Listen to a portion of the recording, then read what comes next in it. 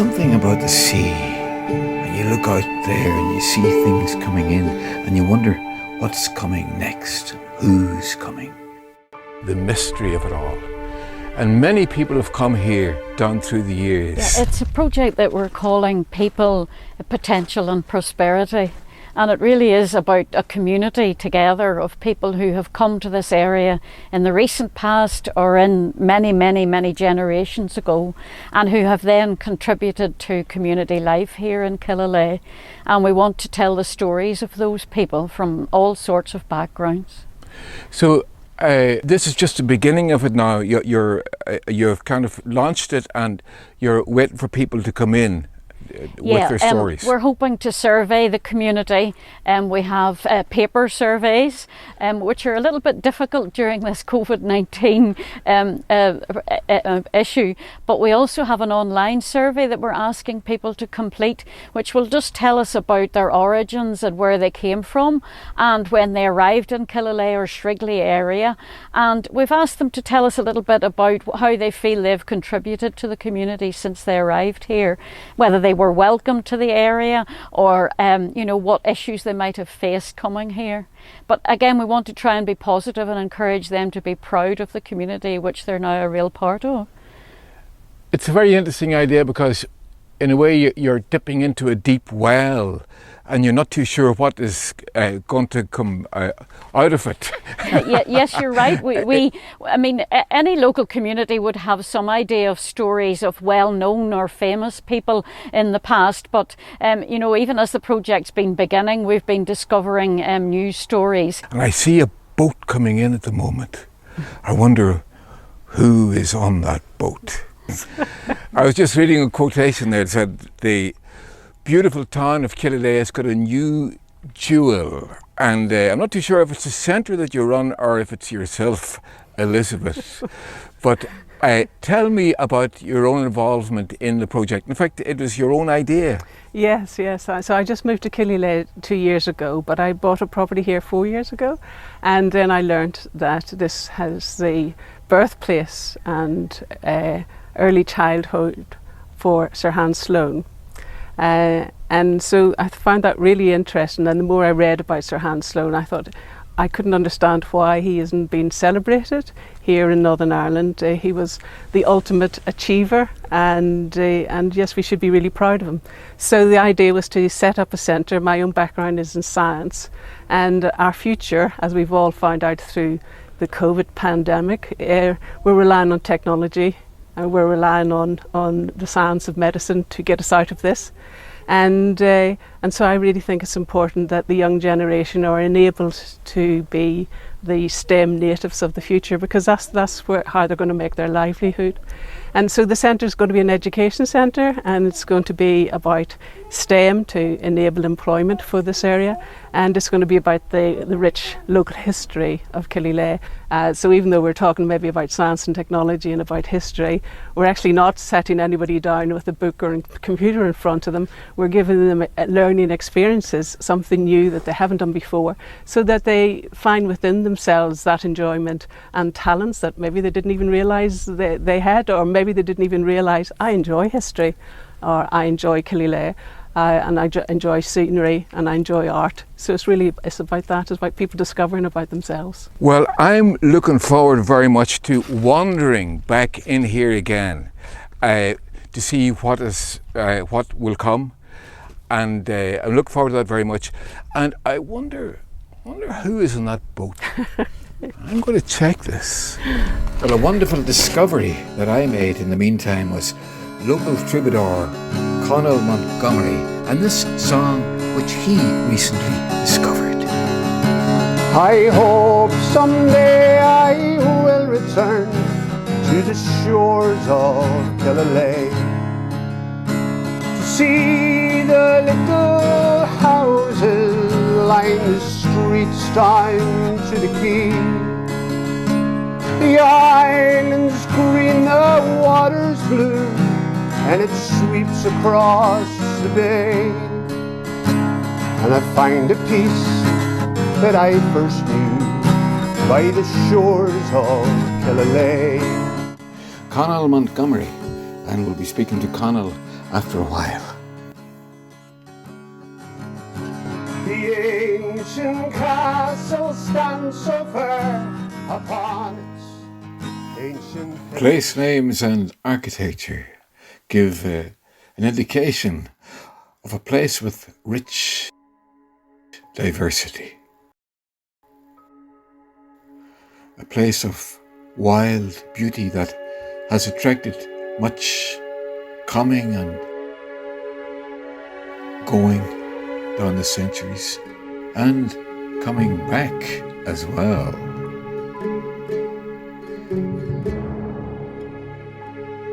Names like Killowen, Killowen, the church by the river, has been flowing a long time.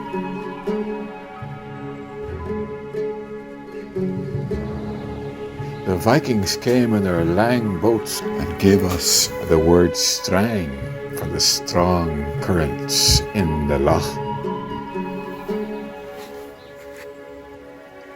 Plantation Street, historic links with Scotland. A sense of many places. People have come here from all over. Some came for adventure long ago, some fleeing persecution, some seeking work, some creating work. And their people are still here. I'm looking forward to meeting them. For there's colour on the streets and art and sport and an innocent sense of devilment that the Shrigley boys would enjoy. So I'm looking forward to going inside and meeting them and all those stories assembled for posterity. The last time that we spoke, there was a boat coming in, and we wondered what was on that boat or ship, because many things have come here, and indeed this exhibition is a celebration of all the people who came in from abroad and added to the area. And this is a little bit of the exhibition here that you have collected, and you're still in the process of collecting more, of course. So tell us how you got on since. Oh, since then, well, in relation to the project, we talked about, so yes, well, the project is almost completed now, and it's been a really interesting process, and obviously largely done and drawn together by Shirely Lennon of Kinnear Consulting. And it's been really interesting because the idea of the project was to help launch the centre for the people of Killyleagh and Shrigley. And so even in this process of collating the information, you know, there's this feeling that, well, certainly I've got to know the community better, and it certainly has brought about a bit of buzz and people talking about who should be in it or recommended who we should approach. So it has been very good from that point of view as well. And some amazing characters.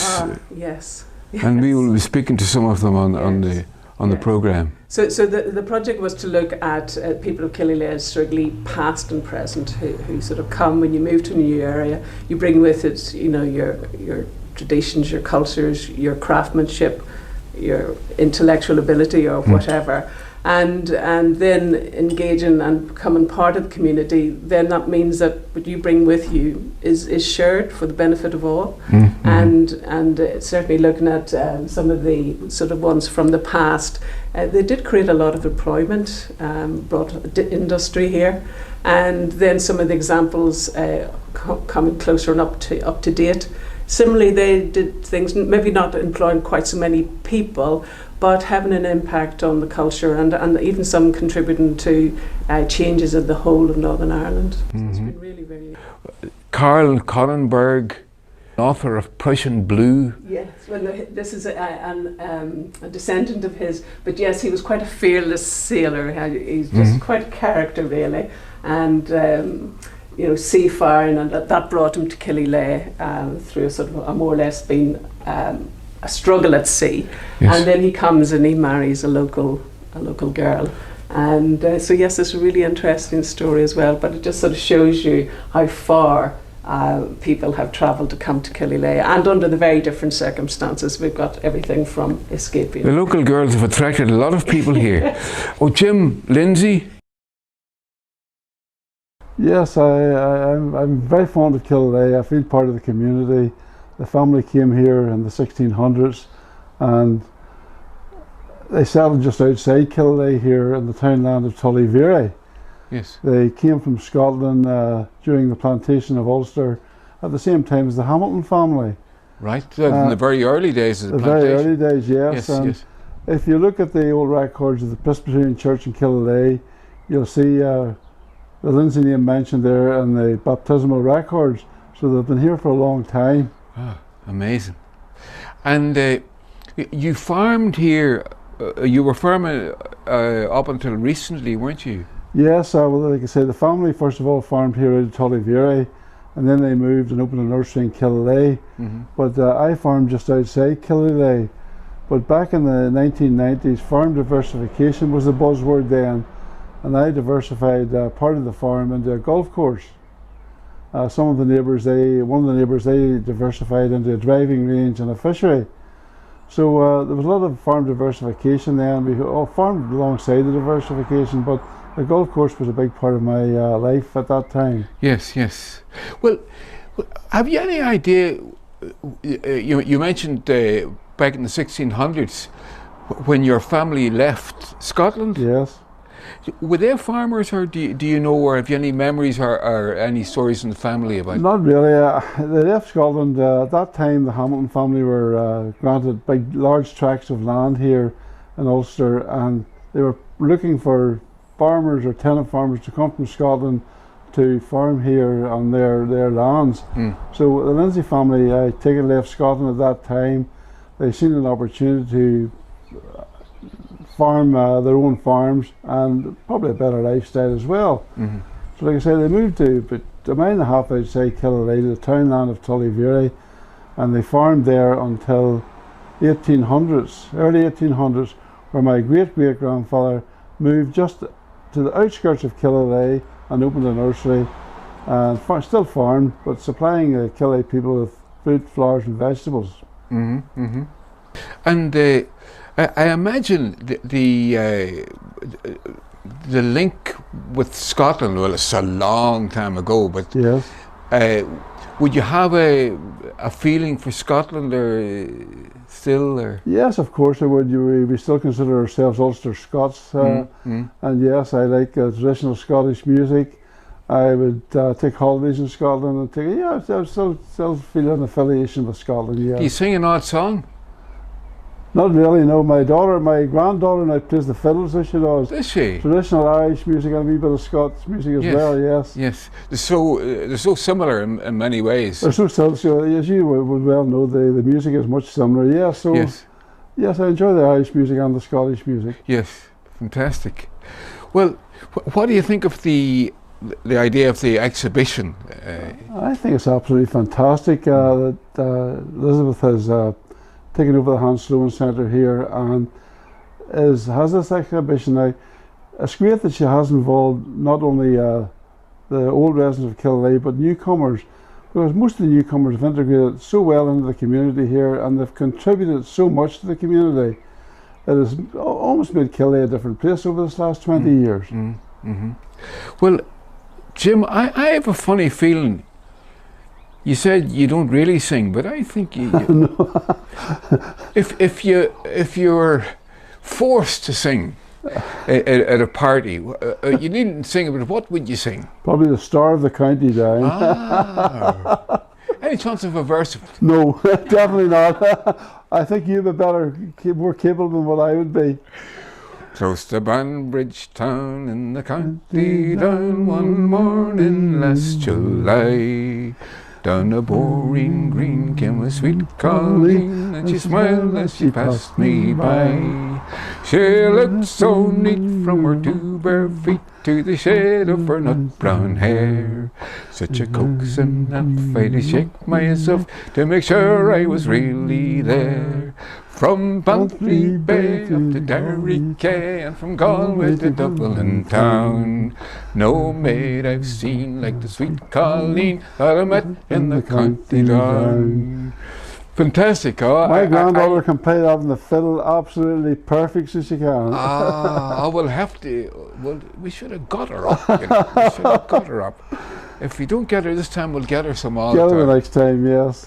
Jim, it's lovely to meet up with you, and I imagine we could have we have a lot of things to talk about and sing about if we had more time together. I've enjoyed my chat with you. It's been a pleasure. Thanks, Jim. Thank you very much indeed. Zena McAllister. Yeah, Zena was a local teacher, and she lives just down the street, and she's just so interesting to talk to. You know, really a great source of oral history, Yes. and so many people know her because of obviously she educated or started so many of the young people off on their route in life, and again her story is also very interesting. Fantastic. And Cass Doherty up here. Well, Yes. we'll be meeting Cass after a while. Later, yes. So we'll be speaking to Cass after a while, and she's Joanna going to. Martin's a very interesting one. Her family, the Martins, came over at the time of Hans Sloane during the plantation, and they became great builders. There's a book called Master Builders. All the landmark buildings were from this family. And now your family have built a few of these. All of those. Yeah. All of them. Yes, yes. The City Hall in Belfast, and most of the landmark buildings in Belfast, and the Slieve Donard Hotel, and the Grand Opera House. Yeah, my great grandfather he would have built those. They actually started in Dublin, so they also built a lot of the infrastructure in Dublin. Yes. Which is all in that book. Amazing. And you're illustrating the work of your family in a way, and I'm sure you carry a genetic wisdom and experience of all that sort of work to what you're doing at the moment, in a sense. Well, I have a business called Killyleagh Cottage Design, and Yes. Within that I have a range of products featuring my lino cut prints, because I'm a printmaker as well as other things. Yes. And then I'm also sort of known for my illustrated maps. Like this. Like that one. So I'm sort of commissioned to do illustrated maps of estates or cities or countries, for private or commercial clients.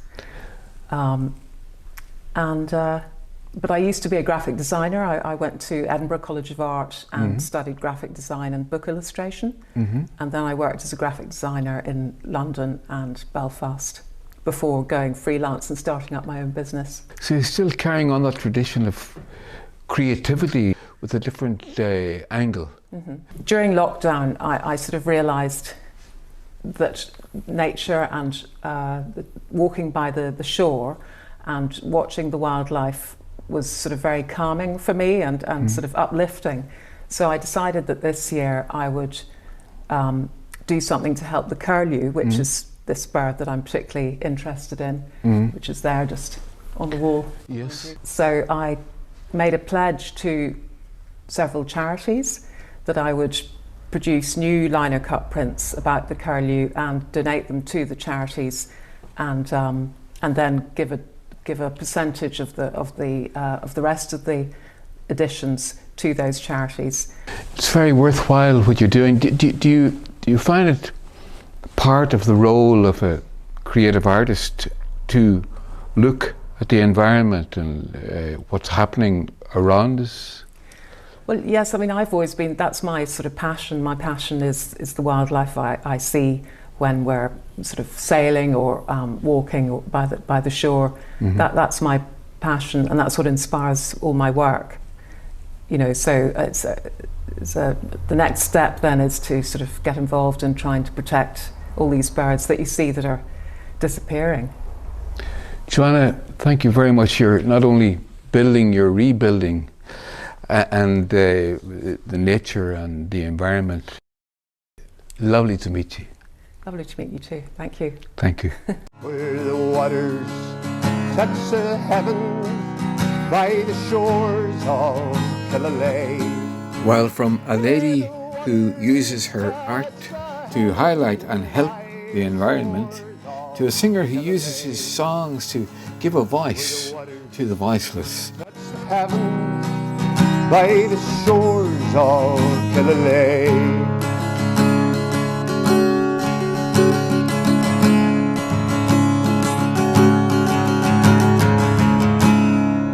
And when he disembarks, he will tell us more. That was a quick change. Conal Montgomery, a great singer and a great song. Conal, it's a beautiful song, and it's looking back at the shores of Killyleagh. Where did you come across that song? Father Liam Vaughan, who was parish priest in between 1966 and 69, wrote that as a poem. It was given to me last year in the first lockdown by a friend of mine, John McNamara, and John asked could I maybe put a melody to it, and this is what I've come up with, you know.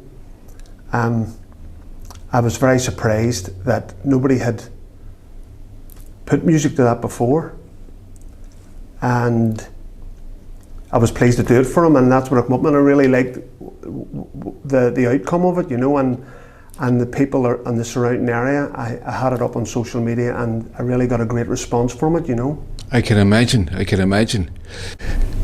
Yes, Conal, that minor key gives it that sense of homefulness, and this program is about people coming here and leaving as well, and I imagine that would make a lot of sense to people away from home from Killyleagh. Yes, definitely. There's a lot of people from Killyleagh have moved to the States, USA. My second son included, and some school friends that are there, and even like all over the world, I suppose. Anybody that's originally from here, they can have a wee piece of home with them, and look back, and I know everybody misses home. Everybody misses home, and it's a wee bit of comfort for them, maybe. That type of art is very easy to carry, but very healing in many ways. Yeah. We were down at Mary's Style, a great landmark in Killyleagh, and one that's known all over the world. The style where Mary sat. You've written a song about another landmark with a different slant to it, and tell us about that, the Cornerstone. Yeah, the Cornerstone. I'm a recovering alcoholic, so down at the bar there, that stone's been there for a long time. I think it's Ordnance Survey markings on it, but that stone has seen, and many people have sat on it over hundreds of years. And I remember all the old characters when I was growing up, and all maybe had problems, traumas, addictions, afflictions, and these guys stuck in my head. And when I realised that I had a problem, and I'm in recovery now, but I can understand their pain. But these people never seemed to show their pain. They were the life and heart of a party. Everyone that I mentioned in it. I'd done 4 verses. I could have probably ended up with about 50 verses. So the last verse is dedicated to all the guys that I haven't, and ladies as well, that I haven't named, but they all sat on that stone waiting for opening time to ease their pain. And very often these people are unacknowledged and forgotten. And, forgotten. And that was the point of my song. I think love survives when you're not forgotten. And old man Pookie sits on the corner stone, her turning yellow, all the pigment's gone. Takes the last draw, that old woodbine. Thank God it's nearly opening time.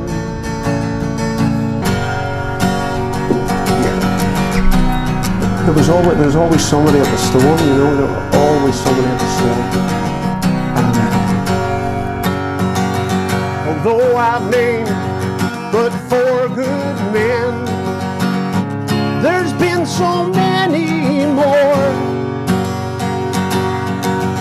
All traumas suffered, young and old.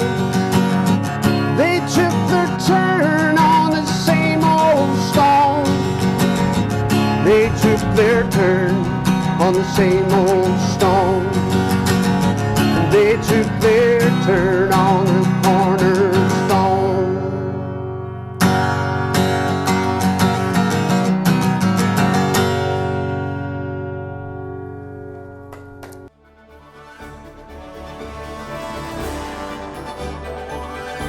Tracy, I'm just after having a very nice meal that you influenced. Yes. Down in the picnic. Absolutely, yes. Well, lovely to meet up with you outside your work and in your part recreation moments. You were up at the exhibition here. How did you find it? It's lovely. Yeah, it's good to, you know, as I say, it's nice to be able to go up, look through, you know, see people that I've known a lot of them all my life. Seen Morris and Kitty came about 15 years ago now, so it's nice for them to be recognised and yes, and for their hard work to be up on the wall. Yes. Joanna, she would come to picnic quite regularly. She's a keen cyclist.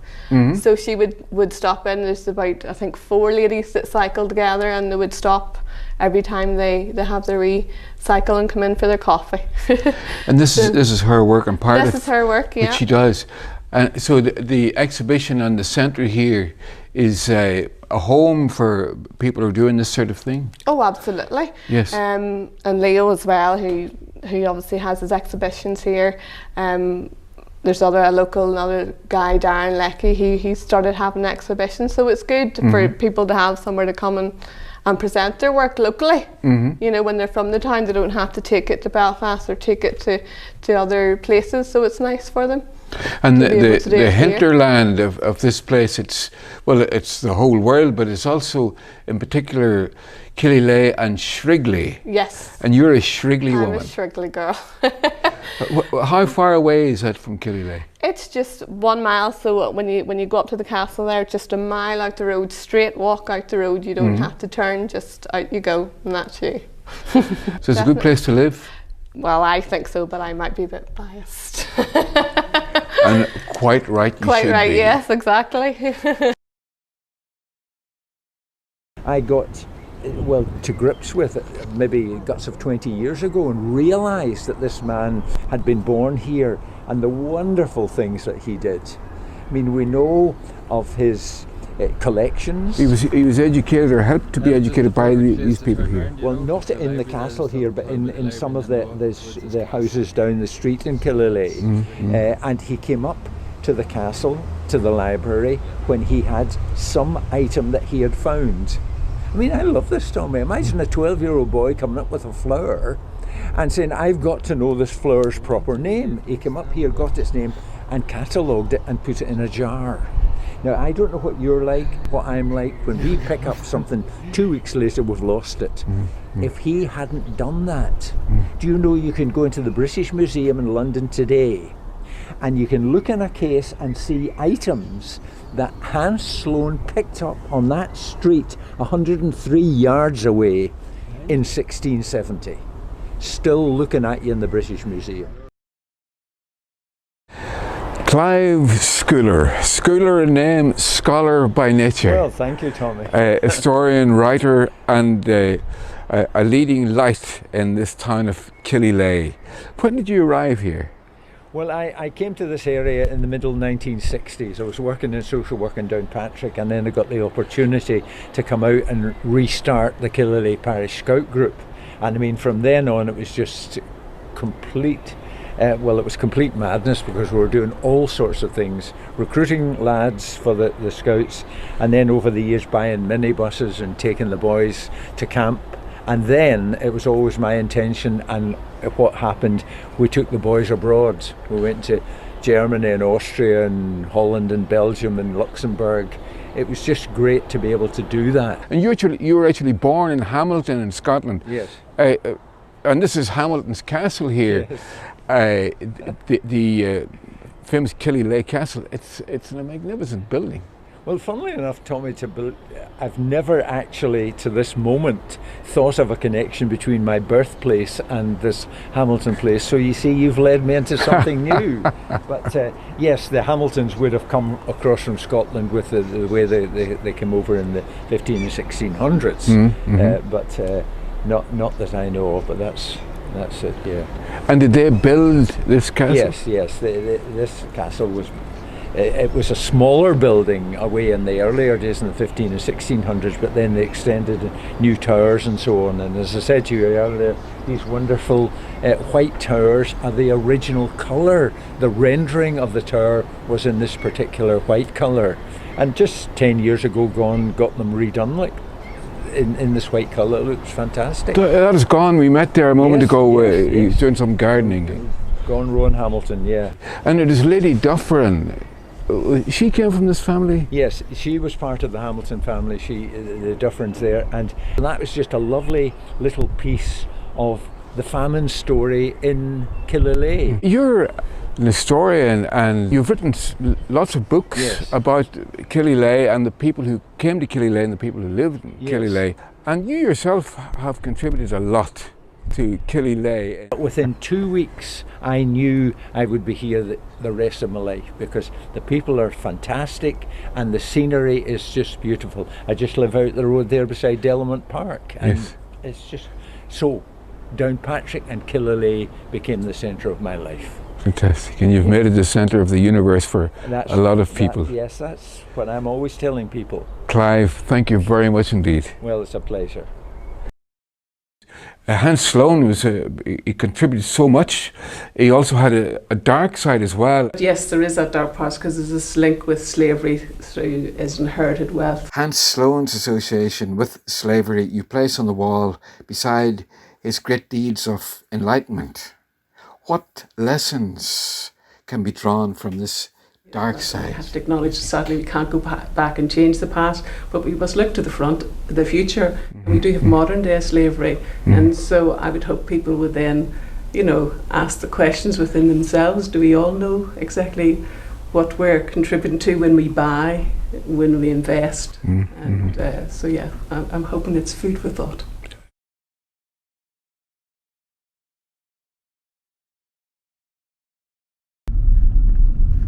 And so to Shrigley for a sense of history, and two men true with the dance of knowing, for as Yeats would say, wisdom is a butterfly, not some gloomy bird of prey.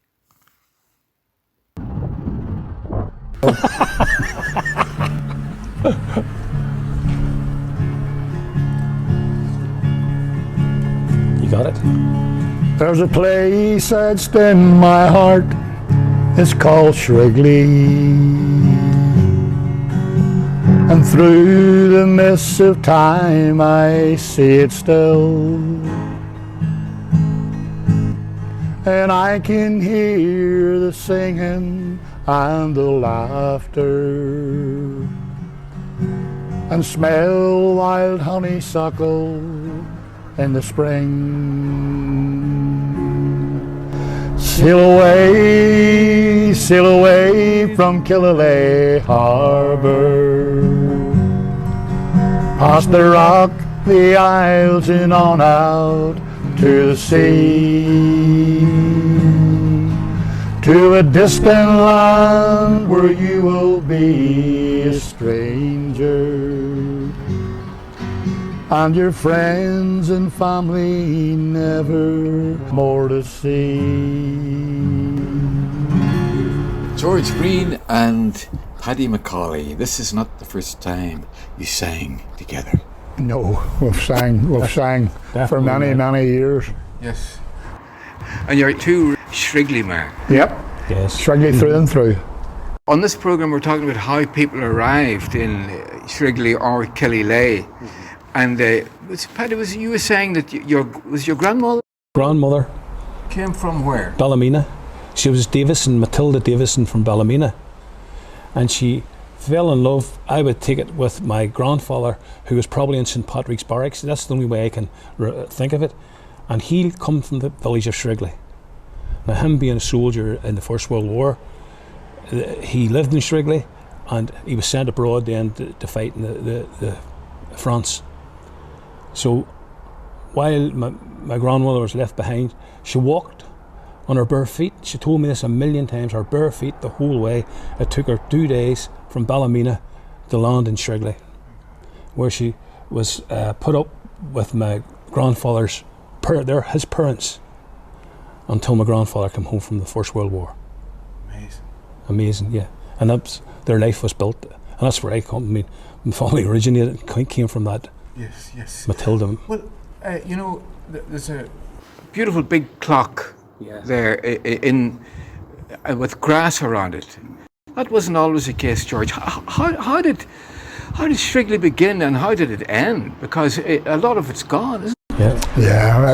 Unfortunately, in the 60s, the sanitation was non-existent in the village, and the houses were condemned. And the actual old village was a beautiful bluestone built village, and the people were so desperate to get running hot and cold water. They allowed the powers to be to desecrate the whole village and build a housing scheme. It wasn't always the case, no. It stopped chiming in 1960, I think, 59 or 60, I don't remember it chiming. Can it be traced back to, there was a clock winder called Harry McPeak? Harry McPeak was the only man I ever knew he was the last man to wind the clock up every evening. And a very, very apt name. Harry McPeak and his sister Mary Ann were members of the famous McPeak family. I see. Yeah. They came to Shrigley to get work in the mill as well. How did Shrigley begin? Was it around the mill, or how did that happen? Shrigley came through the Martin family in Cheshire were mill owners, and they, for some reason, wanted to come across to Ireland and set up a mill, and they chose Shrigley. Or there was no, in those days, I think Shrigley was called Tullyveary. I'm nearly sure it was, but they christened it Shrigley after the village where they came from in Cheshire, called Potts Shrigley. And that's how Shrigley got its name. I know from speaking to the two of you that you have a great affection for Shrigley. What was the atmosphere like when you were growing up there amongst the people of Shrigley? It was absolutely idyllic childhood. Fantastic childhood. It was fantastic. It was like an open air playground. Seriously, it was like the venture playgrounds they have now. Yeah. Cordoned off, but this was the village. This was just the village. Was like that. There was two little woods. There's two little woods in Shrigley. You know, and we used to be able to pick and choose which one we wanted to go into. There was a big park which belonged to the Martin family where they built their mansion. And you know, that was to children in our era. We could be soldiers, cowboys and Indians. Anything we wanted. Beautiful. And Killyleagh, of course, pretty close by. Yeah, that was. You would have gone there from time to time, I suppose. Oh, definitely. Yeah, we went to school in Killyleagh. We went to the cinema, went to the pictures, which was a big thing in those days. we played our football in the showgrounds in Killyleagh. But it was always Shrigley in our hearts, you know, everything was, you always come back to Shrigley, you always found your way back. Through, no matter where you were in the world, you always went back to Shrigley, you always came back. Yeah, there's something about it. There's and some beautiful songs, like your song that you just sang, and another one that you might give us before the end of the programme. Albert Stanway. Albert was one of our mentors. Yes, I remember the day he went to Australia as if it was yesterday. He went to Australia on a Monday, one Monday afternoon after he married his wife, one Monday in 1968. I remember his mother waving across at him. She couldn't even come over. The bus used to come around the big clock. His mother couldn't even come over to say cheerio to him, which was breaking our heart. Albert Stanway never forgot Shrigley. In songs, beautiful songs he wrote, and in old photographs that brought a lot of sorrow, but also a lot of joy. Don't go looking at any more old photographs. I know you can't take much more of looking into the past. Margaret, I can tell they're making you sad. Some of the bad times, some that made you laugh, staring back at you from an old photograph. I can see some of our friends that have passed away, taken when we were young, and we all lived for the day. But time doesn't wait for anyone, the years just roll on past. And as you get older, they seem to go more fast, and all your youth is staring back from an old photograph. And some of the faces now, you can't put a name. You think that you should know them all, and it's causing you pain. But some were only children when you saw them last, and memories fade with the passing of time, and names fade with the past. Waiting for your recall from an old photograph. Our long life has been a blessing and not a curse. Some of those in your photograph have had things much worse. Now, Margaret, it's time to put your photographs away. The night is coming quickly, and the streetlight shadows cast. Perhaps in dreams you remember the names in your old photograph. Don't go looking at any more old photographs.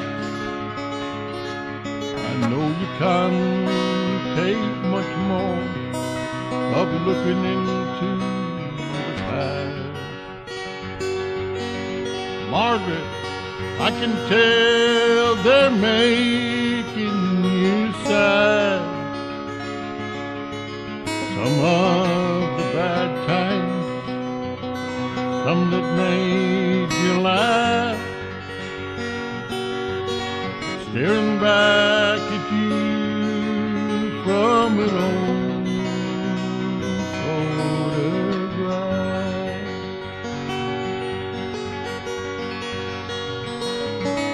smiling back at you from an old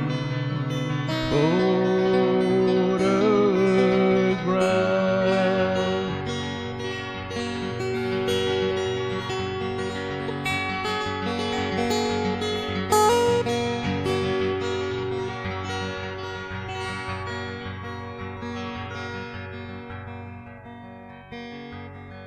That's right. His heart never left it.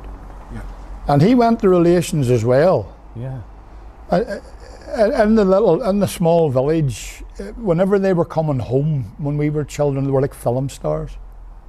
You always had somewhere to go. You always, if you were going to England, like yourself, George went every summer to his in-laws in England, but then come back from his summer holidays. I would go maybe down to Dublin or something like that. There, the in-laws down there, and come back. There's always somebody from the village living here. All over the world. The world is just scattered with people from Shrigley. Immigration was a big Shrigley thing, suffered like everywhere else, you know. That's a beautiful poem associated with Lady Dufferin sitting in the stile. Where we sat side by side. Yeah. Bright May morning long on ago. that bright May morning long ago. First you were my bride. You know? Beautiful. The stay is still there.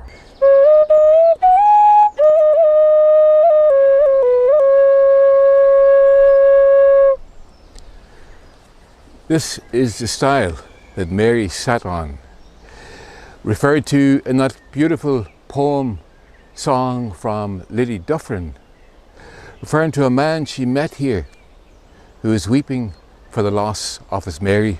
He's buried in the churchyard, and he heading off to America. Well, when people left to go to America, sometimes they didn't bring much except dreams and their music.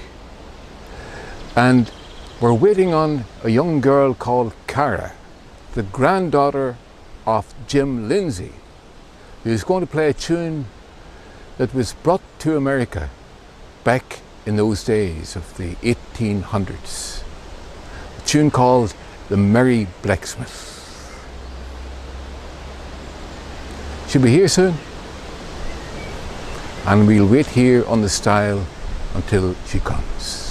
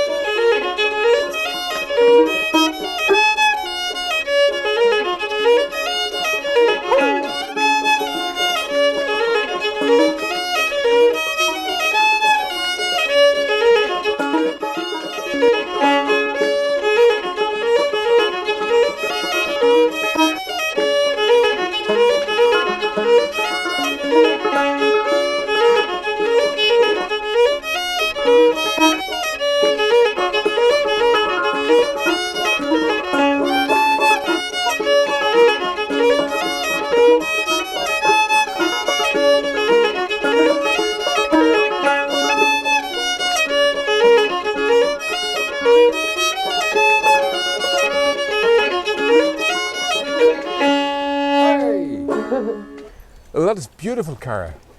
Where did you learn the fiddle? Well, my granda got me a fiddle for Christmas. That's him standing over there. Yeah, and I started whenever I was about 10, and then I started going for lessons in a group in Cumber. Yes. And then I started playing in the different arms in different places in like a group. Fantastic. Your grandfather and myself sang a song together. Yes, I heard about that. A very good singer. So I've heard. And I'd say he could dance as well, the same man. Thank you. Brilliant.